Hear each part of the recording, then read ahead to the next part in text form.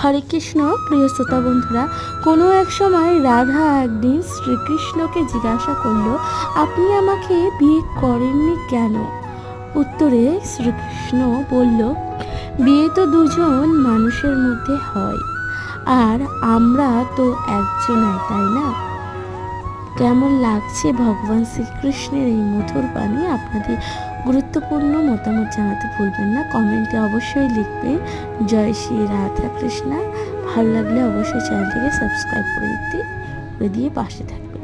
নমস্কার প্রিয় শ্রোতা বন্ধুরা, তাহলে ভালোবেসে বলুন জয় শ্রী রাধা কৃষ্ণা।